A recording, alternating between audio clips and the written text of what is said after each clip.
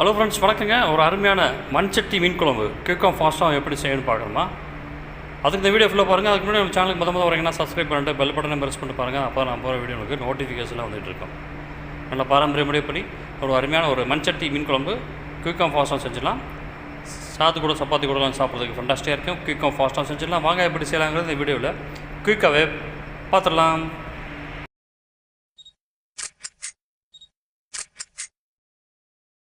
அதுக்கு என்ன பண்ணுறீங்கன்னா, ஒரு மண் சட்டி எடுத்துக்கோங்க. மண் சட்டி நல்லா சூடானதும் எண்ணெய் சேர்த்து ஹீட் பண்ணுங்கள்.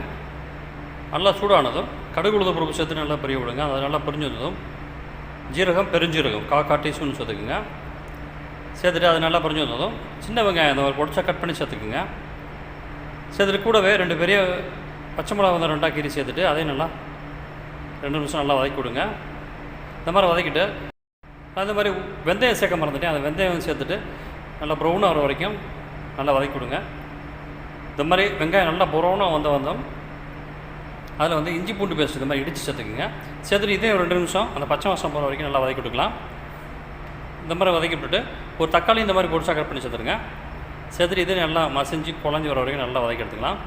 இந்த மாதிரி நல்லா எண்ணெய் பிரிஞ்சு வந்ததும் 1/4 டீஸ்பூன் மஞ்சள், உங்கள் காரத்துக்கு ஏற்ற மாதிரி மிளகாய் தூள் வந்து சேர்த்துக்குங்க. நான் இந்த மாதிரி காஷ்மீரி சில்லி போட்டு சேர்த்துக்கிறேன். அடுத்து 1.5 ஸ்பூன் அளவுக்கு மல்லித்தூள் சேர்த்துருக்கேன். சேர்த்துட்டு இதே ஒரு பச்சை வாசனை போகிற வரைக்கும் 2 நிமிஷம் நல்லா வதக்கி விட்டுக்கலாம். அடுத்து இதுக்கு தேவையான அளவு தண்ணி சேர்த்துருங்க. நான் இந்த மாதிரி 3.5 கப்பு சேர்த்துருக்கேன். உங்களுக்கு எந்த அளவுக்கு தேவையோ அந்தளவுக்கு சேர்த்துக்குங்க. அடுத்து இதுக்கு தேவையான அளவு உப்பு சேர்த்துக்கலாம். உங்கள் டேஸ்ட்டுக்கு ஏற்ற மாதிரி உப்பு சேர்த்துருங்க. இந்த மாதிரி உப்பு சேர்த்துட்டு நல்லா கட்டி இல்லாமல் எல்லா இடத்துல போகிற மாதிரி நல்லா மிக்ஸ் பண்ணி விட்ருங்க.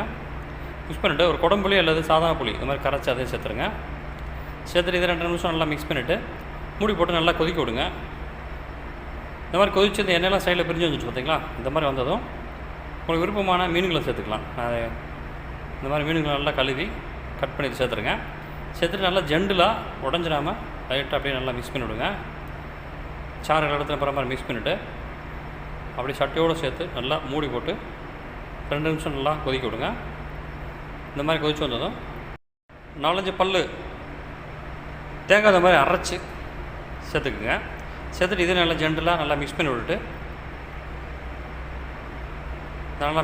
மூடி போட்டு ஒரு 2-3 நிமிஷம் நல்லா கொதிக்க விடுங்க. இந்த மாதிரி நல்லா கொதிச்சு வந்ததும் சூப்பராக ரெடி ஆச்சுங்க. கடைசியாக கொஞ்சம் ஃப்ளேவருக்காண்டி பெப்பர் பொடி சேர்த்துருங்க. சேர்த்துட்டு பொரிச்சா கட் பண்ணி வச்சுருந்த மல்லிகையும் கருவேப்பிலையும் சேர்த்துட்டு மிக்ஸ் பண்ணிட்டீங்கன்னா சூப்பரான அருமையான ஒரு மண்சட்டி மீன் குழம்பு சூப்பராக ரெடி ஆச்சுங்க. நல்லா கம்ம வீடியோ வணக்கம். சப்பாத்தி கூட சாதத்து கூட வச்சு சாப்பிட்றதுக்கு ஃபண்டாஸ்டியாக இருக்கும். குயிக்காகவும் ஃபாஸ்ட்டாக செஞ்சலாம்.